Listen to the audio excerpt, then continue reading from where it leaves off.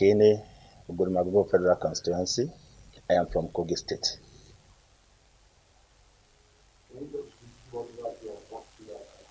Yes, we give thanks to Almighty God that the elections, the governorship election of Kogi State has come to pass. Actually, I'm very much aware that after the elections, there are some group of people that were paid to go into the media to see how they can discredit the outcome of the elections. But however, most of those people, they are not from Kogi State. Yes, as a citizen of this country, you have every right to observe the way you want or the way you choose to. But honestly, as a representative from that state, I think I have every right to tell the whole nation how the election goes. In the history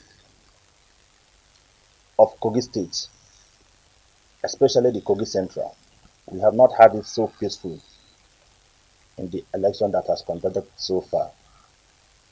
This is my fourth time of active participations in gubernatorial election in that state. In 2003, I was a councillor representing my ward, Onukoko. That was when the late Prince Abubakar Audu was the governor of that state. Audu of blessed memory. In 2007, when Alhaji Ibrahim Idris, popularly known as Ibro, became the governor, I was equally a special assistant on communication to him. Then during the next governor, who is Captain Wada, I was a member House of Representative on the same party with him, announced Alhaji Abele. The Kogi State elections has a history, but however, so many people may choose to narrate his history the way they want. But I wanted to tell you that the election that we conducted on 16th November 2019 was a very credible, free, fair elections, of which I commend the INEC, the security agencies, and other stakeholders in that state. You see, what actually happened in Okene local government, which is part of my constituency, was that we discovered prior to the elections, if there is anything to be blamed or any party to be blamed, every individual party should go back and blame their members, because a very conducive atmosphere was provided for every party to campaign to the electorate on how you wanted to be voted for and every other thing that you needed to, you wanted to do to the state. We discovered that other parties were not campaigning when APC were campaigning. Ordinarily, there's no how election, no any time that election could be conducted that APC will not win. Firstly, most of us that were in PDP then had since they come to APC. You can see almost three of us that were representative from Kogi Central. All of us were now in APC. There are so many other stakeholders in PDP before that now they have become to APC. The presence of PDP in our domain, which is Kogi Central, is very, very negligent. You cannot see them. And come to talk about the elections. We are expecting that the PDP candidate could equally find his way to Kogi Central and possibly to even seek for the blessing of the royal fathers in our community. We did not see him. He did not come. No representatives, And he feel that maybe the votes of those in the centrals were not needed. And the politicians always look for an advantage. And I think it's a very huge and great advantage for APC to capitalize on that one and see how we can network our campaign to each nooks and cranny of the society. And that's exactly what we have done. Alhaji Yahaya Bello, the governor of Kogi State and the governor-elect, is an indigene of Kogi State, a bona fide member of Kogi State. And indeed, he came from Okene local government. We have a very large number of indigene of Okene that reside outside the Kogi State. And this election is one of the most important elections to our people. And we make sure that we network to every places where we have our people, both in Lagos, Kano, Kaduna, and some other neighboring states. We make sure that we can pay to them to come home to come and vote, in as much as they have their PVCs. All of them, they take it upon themselves. They came home for the elections. So if somebody is outside there trying to discredit these elections, the elections has come and go. All you are asking for, if you are a citizen of Kogi State, come home. Come and let's see how we can rally around this governor. Yes, of course. If there is a positive criticism about his government, it's a very welcome idea, because if you leave him to sit down in his comfort zone without any checkmate, without reminding him, without putting him on the task, maybe possibly he will do less.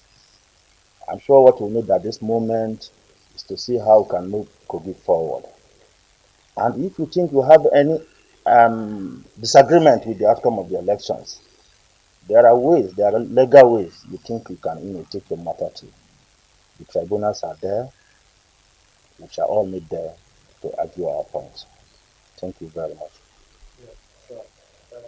Every right human being should condemn their actions, of which I know the governor himself has condemned the actions, and that sometimes if you are not close to where things happened, you'll be forced to have a different views about it. But the general perception was that whoever conduct that kind of act, it's a very criminal act. It's an unwanted act, and I think there's no reasons when the election has been conducted and the winners has emerged. I see no reason why somebody should go and do that. I condemn it in totality, and I urge the law enforcement agency to go after whoever you know has commit the crimes. Listen, what will you say to the threshold the the state police officer at Chad leadership? And of course, like it was mentioned on the play,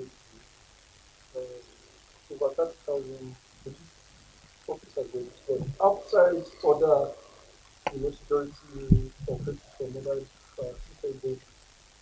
What do you go with those that actually fake policemen like that the security? Honestly, to me, some of these issues coming out, they are mere speculations. Mere speculation in the sense that during the election, people are restricted to their voting points or voting units. I have not seen such, and cannot attest to such. But however, I know that the police that were deployed for that elections, they were kind of a special an arrangement that the IG, the Inspector General of Police, make a very separate and special identifications for them to participate in that elections. And whoever did not meet up with whatever arrangement the IG has done, for the police for that elections, I think whoever they see in a different uniform could be regarded as a fake police. But as far as I am concerned, I have not seen any in my constituency, and I have not recognized any, and I cannot attest to any that there are fake police being deployed for these elections. Yeah, but being a major player in the election, did you see, can you tell us whether there were arrests made in the process of all the voting? Honestly, I think we need to be very sincere to ourselves. Most of the times, if things happens, we are so quick in giving judgment to what happens without even looking at the every side of it. But honestly, let's even look at the elections of Kogi State, the previous elections of Kogi State. Is there any improvement? Is this the way it used to be? And if there were no improvement, what do we need to do to make sure it is improved? But to me, there are shortcomings in some areas, and these are some of the areas that I think we should look into and let's see how we can address it because of other subsequent elections. So these are my views as per that. So let's look at some of the, like you said earlier before the chat, that there were things that the different governor has achieved. Can you just take us to one of Yeah, the, yeah, yes, of course, yes, of course. When you look at Kogi State before the arrival of before Alhaji Bello take the leadership of the Kogi State used to be a heaven for kidnappers and all sorts of crimes. But if you look at it today, if there's nothing you can think about to credit this man, look at the security issues. The situation has tremendously improved. If you look at a point in time, most of us were in Abuja here for 6 months. We cannot move to our various states. We cannot even travel to our constituency. But today, when you look at it, honestly, there are so many things, social functions, public functions, happening in Kogi State without any, fear of insecurity. And I think that is one. Especially from the area I came from, the past government, I can say without any apology, that the only presence of state infrastructure we have in our place is to come and commission a borehole. A borehole that in my first time in the 7th Assembly, I sunk almost about 37 boreholes without any commissioning any. I give it to the community to make use of it. How will a governor of a state come to commission a borehole in a senatorial district? But if we have a government that has provided us a road of about 30 to 40 kilometers, we have a government that is giving us, a water. Hmm? They resuscitate our, water work that provide waters for everybody in that senatorial district. Various kind of empowerment is taking place in our place. So why won't we support that person? So these are the least I can mention um, in terms of irrespective of all the things you're saying. yeah. One downside that you have mentioned, and you have always mentioned, and you continue to mention, is the fact that the government has not been notified. Yes, of course. Can you address the thing in this discussion? Yes.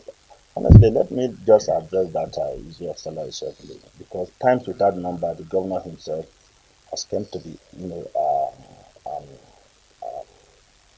media on televisions on public to come and say that I have paid salary to my workers.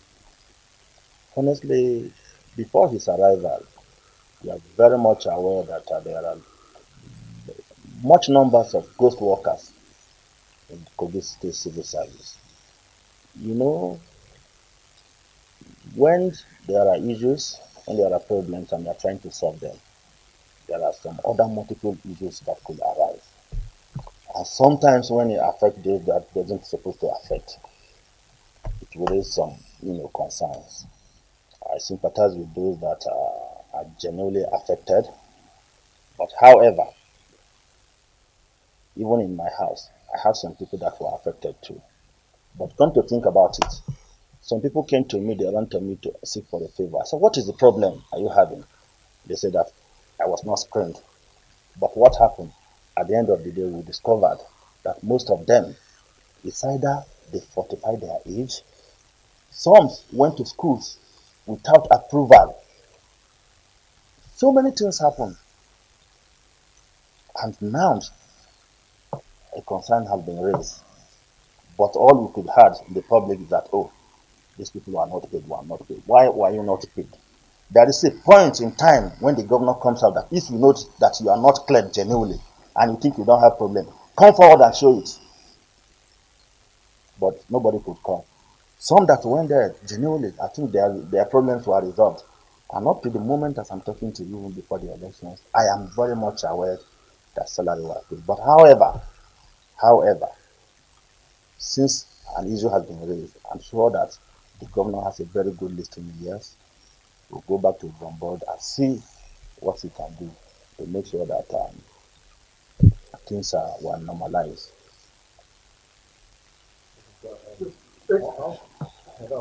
Since there's a trending Before his arrival, we are very much aware that there are much numbers of ghost workers in the Kogi State Civil Service.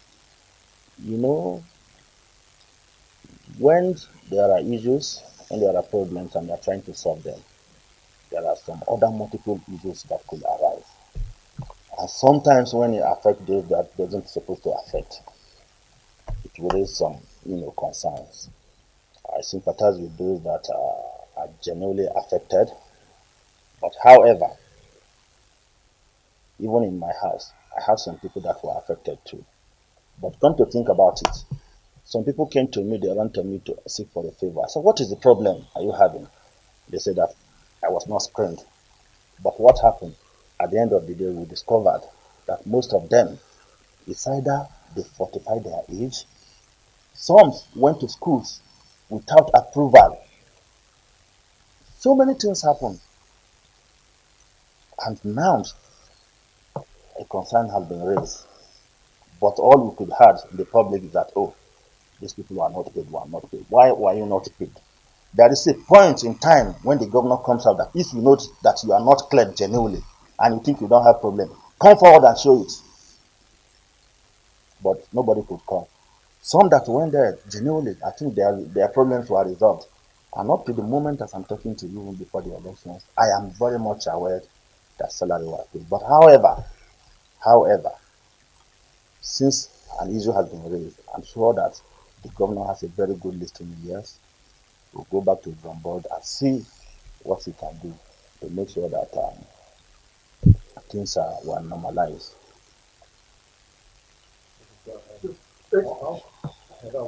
since there's a trending